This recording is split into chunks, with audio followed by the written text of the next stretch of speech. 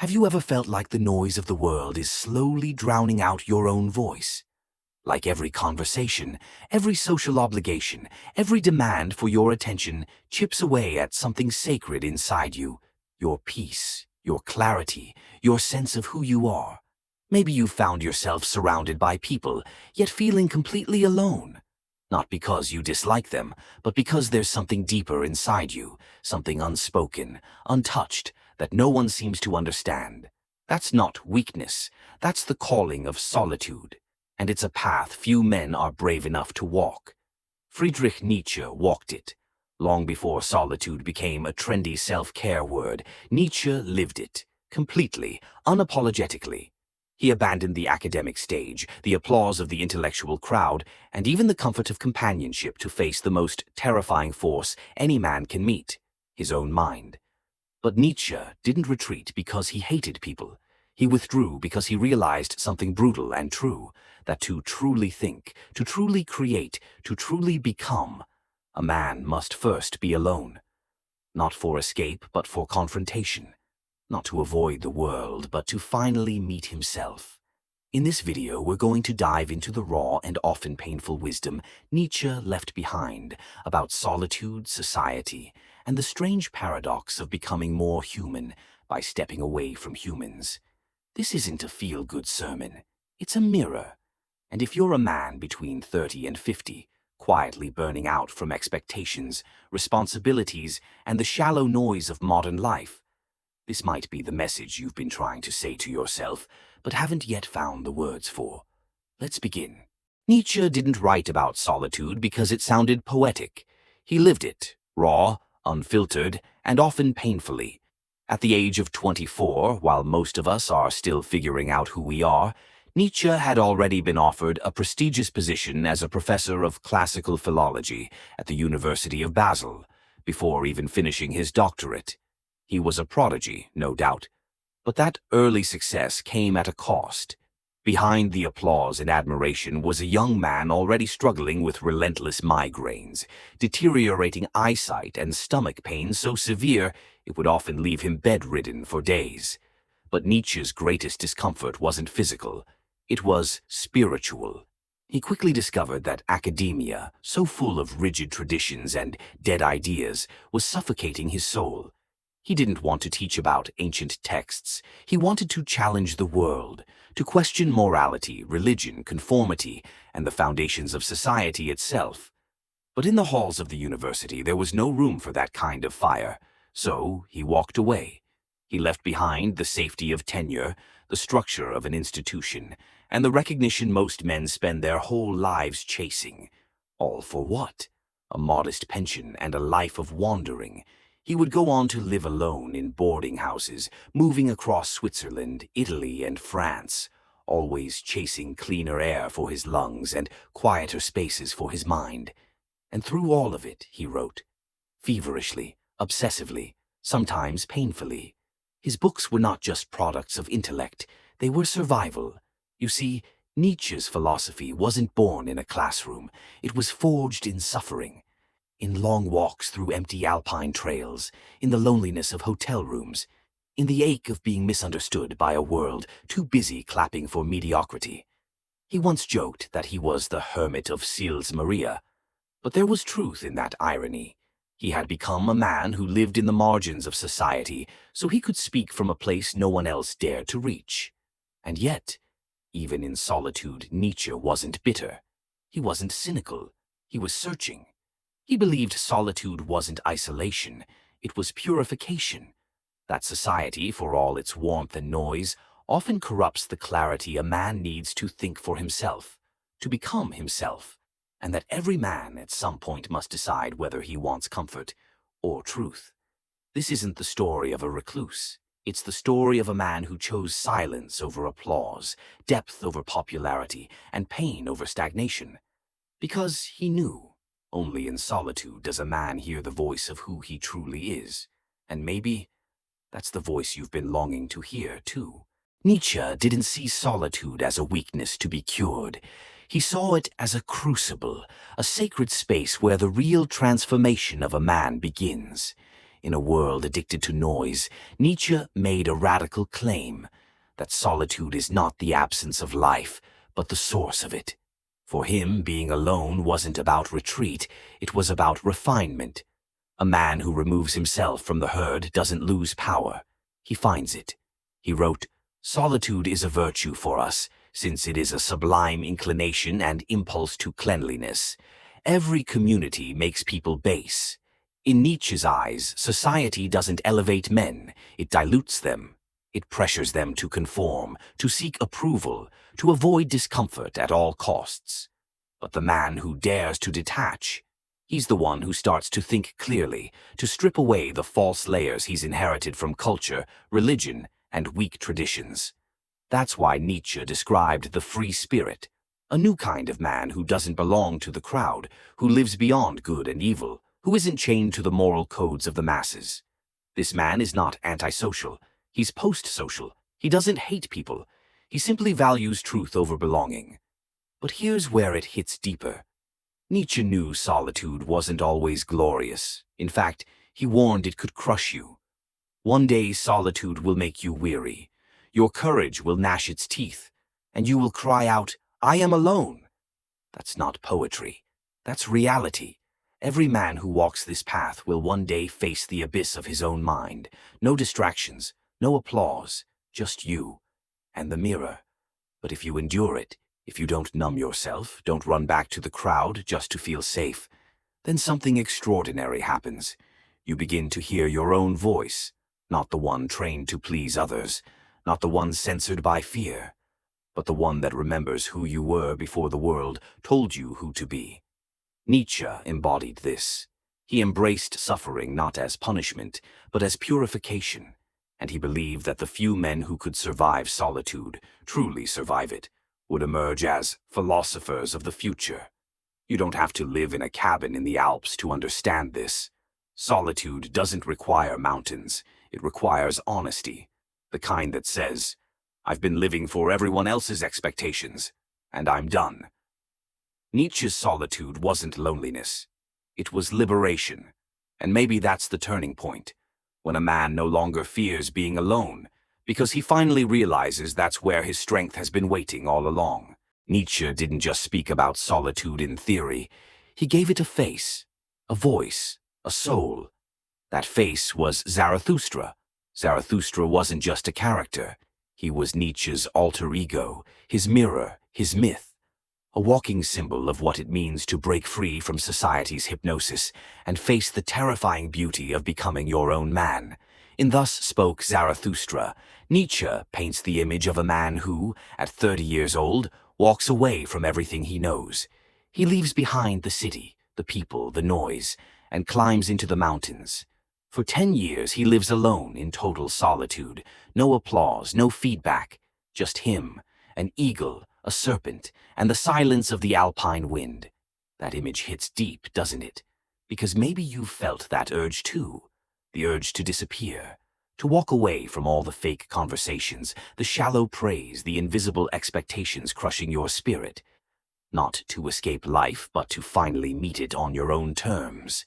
Zarathustra did just that, and he thrived in that silence. He sharpened his wisdom like a blade in the cold, until one day, like the rising sun he had worshipped every morning, he felt full, too full, like a cup that had to overflow. He says, "Behold, I am weary of my wisdom, like a bee that has gathered too much honey. I need hands outstretched to receive it." So he descends from the mountain, not to dominate, but to give, to teach, to offer truth to the people. But here's the tragedy. They aren't ready. They mock him, misunderstand him, fear him. The man who brought gold is treated like a madman. He went down to share his wisdom, and found himself more alone in the crowd than he ever was in the mountains. And that, right there, is the wound every modern man feels but rarely speaks about.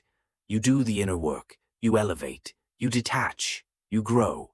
And when you try to share that clarity with others, they call you cold, distant, arrogant. You become the black sheep simply for refusing to remain a blind one. Eventually, Zarathustra returns to his solitude. But now, he isn't running. He's choosing. He understands that not everyone deserves your truth. Not everyone can walk with a man who's already crossed the fire. Zarathustra's story is your story, if you have the courage to live it. Because every man who wakes up eventually realizes the climb into solitude isn't the end. It's the beginning of something much more dangerous and much more powerful. Becoming you. Solitude, for Nietzsche, wasn't just a sanctuary, it was a battlefield. Because here's the truth most men avoid. Solitude will either shape you or shatter you. And Nietzsche understood this better than anyone. He knew that stepping away from society doesn't automatically make you wise or strong. It simply removes the noise, leaving you face to face with whatever is already inside you. And that's where the duality begins. On one side, solitude is sacred. It's where distractions die and clarity is born. Nietzsche wrote, "I need solitude, that is to say, recovery, return to myself, breathing of free, crisp, bracing air. In that stillness, you remember who you are without the mask. You reconnect to the fire that society kept trying to smother. It's the place where your thoughts become sharp, your values become clear, and your spirit becomes sovereign. But on the other side, solitude can turn into a cage. Nietzsche warned of this too. One day your pride will cringe, your courage will gnash its teeth, and you will cry, 'I am alone.' Because isolation, if not handled with strength and purpose, can twist into despair. The silence that once cleared your mind can start to echo with doubts. You may start to question everything, even your own sanity. This is why Nietzsche emphasized that solitude wasn't for everyone. It's a dangerous gift, and it demands something brutal: self-confrontation. Without the audience, without the distractions, without the applause, can you stand what's left? Can you sit in the dark and not flinch? And more importantly, can you come back? Because Nietzsche didn't believe in staying in isolation forever. That's not strength, that's escape. True solitude is a cycle. You go into the wilderness not to vanish, but to return with something worth sharing. Not with the crowd, but with the few. The higher men. The rare souls who also walked through fire and came out forged, not broken. That's the other side of the duality, the need for the right kind of company. Nietzsche believed that great minds need great adversaries. Your enemy should be your honor, he wrote. Not someone who hates you, but someone who challenges you, who sharpens your edge, who won't let you rot in your own echo chamber. So the solitary man must walk both roads, the mountain of silence and the return to chosen conflict. He must master both aloneness and alliance. Because solitude without direction is just isolation. But solitude with purpose, that's transformation. And if you've ever found yourself stuck between the desire to disconnect and the longing to be seen, you're not weak. You're on the edge of something powerful. The only question is, will you use solitude to hide or to rise? Most men are starving for connection, but they settle for conformity. That's the trap Nietzsche saw society falling into, and it's only gotten worse since his time. We're told to be social, to be agreeable, to fit in. We're told that being liked is more important than being honest, that following the group makes you a good man. But Nietzsche saw through this illusion. He believed the crowd doesn't offer community, it offers camouflage. It demands you lower your voice, soften your convictions, and swallow your instincts. All for the comfort of being accepted. But at what cost? When I am among the many, Nietzsche confessed, I live as the many do. They want to banish me from myself and rob me of my soul. That's the price of conformity. It's not just a compromise. It's a quiet death of the self. You begin to forget what you believe, what you value, what you truly feel, because everything gets filtered through the group's approval. This is why Nietzsche praised solitude, not as an escape from people, but as a way to return to your individual clarity. Because only in that solitude can you distinguish what's yours from what was planted in you by the crowd. But, and this is key, Nietzsche wasn't preaching total isolation. He wasn't against community. He was against false community. Real community is not found in the majority. It's found in the few, in the select, in the rare. It's found in the brother who doesn't need you to agree with him, but challenges you to rise, in the mentor who tells you what you don't want to hear, in the enemy whose strength pushes you to sharpen your own. Nietzsche called these men higher men, not because they were perfect, but because they had the courage to stand alone and the strength to stand together. This is what most men never experience, a bond that doesn't require them to shrink, to filter, to fake, a bond that's built not on sameness, but on shared fire, shared pain, shared truth. If you've ever felt like you don't belong in most groups, it's not because something's wrong with you, it's because most groups are built on pretending. And when you've walked the path of solitude, pretending becomes unbearable. Nietzsche's warning still rings true. Where the marketplace begins, the poison buzzes. Popularity is noisy, truth is quiet, and the crowd almost always sides with what's easy over what's real. So don't seek crowds, seek men who challenge you, who push back, who reflect the strength you fought for in silence. Because true community isn't about being seen by everyone, it's about being understood by a few and respected by yourself. Solitude can be a forge or a furnace. Nietzsche understood this better than anyone.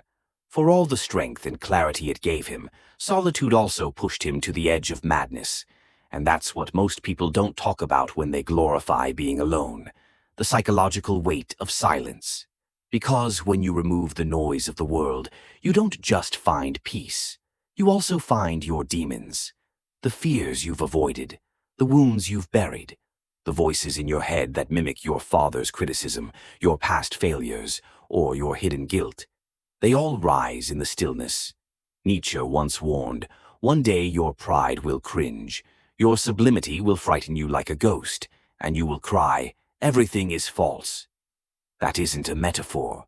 That's what it feels like when solitude stops being empowering and starts becoming existential.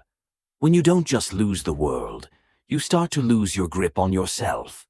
This is the hidden danger. Solitude is not just physical separation, it's psychological exposure. You strip away the expectations, the roles, the responsibilities. And what's left? A mirror. And sometimes that reflection is too raw to look at. You see every contradiction, every false motive, every unhealed scar.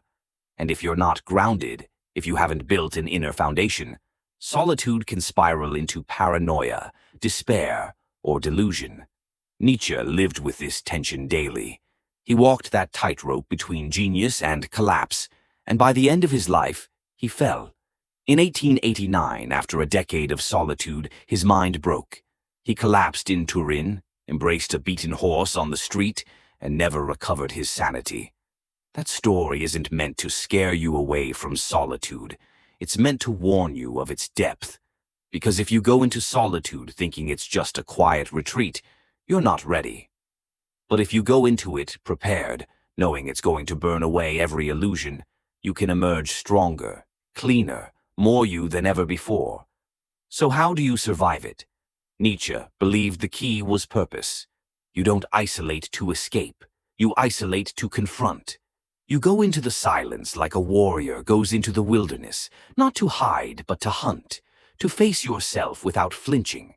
And you don't stay there forever. You return, with sharpened insight, deeper truth, and a new standard for who you allow into your life. Solitude isn't always beautiful. Sometimes it's brutal.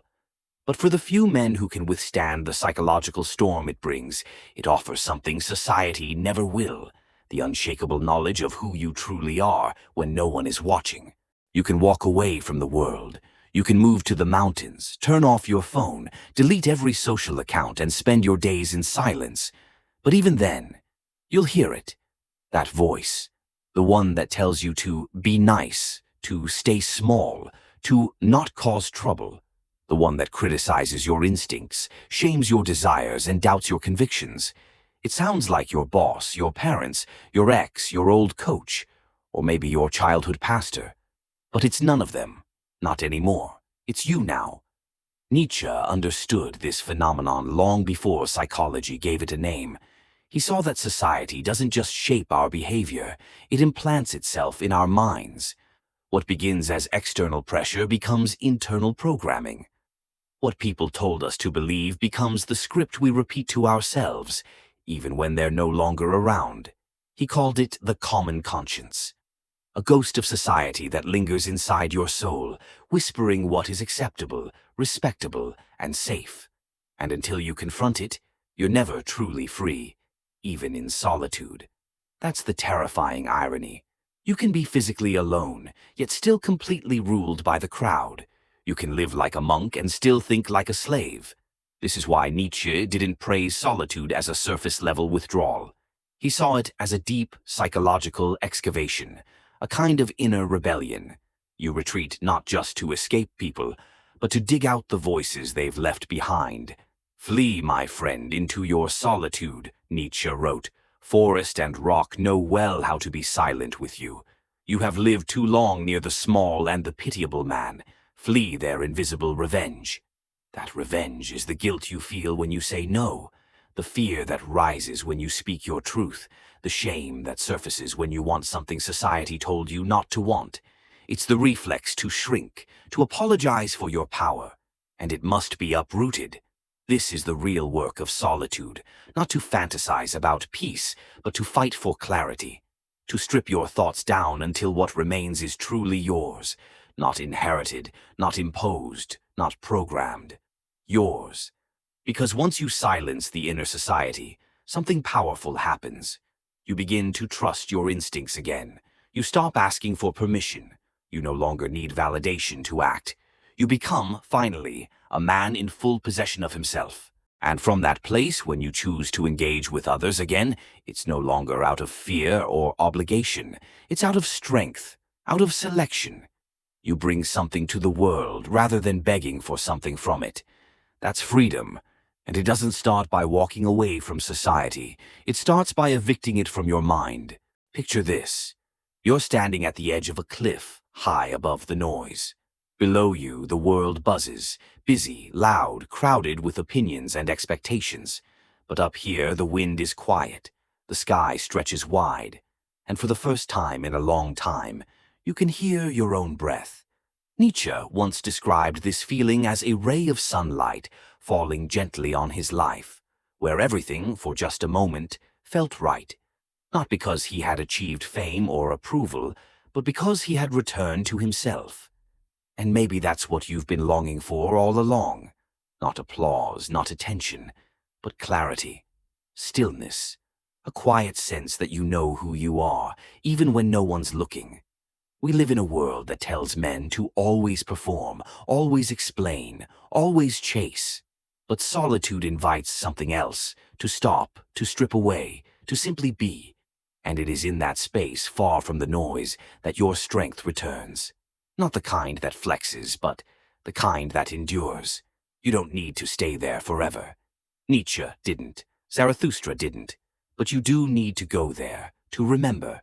Because the man who has touched true solitude can never be fully owned by the world again. So walk the mountain, enter the silence, face the mirror, and when you return not as a man who needs to be heard, but as one who finally knows how to listen, even if it's only to the sound of his own soul.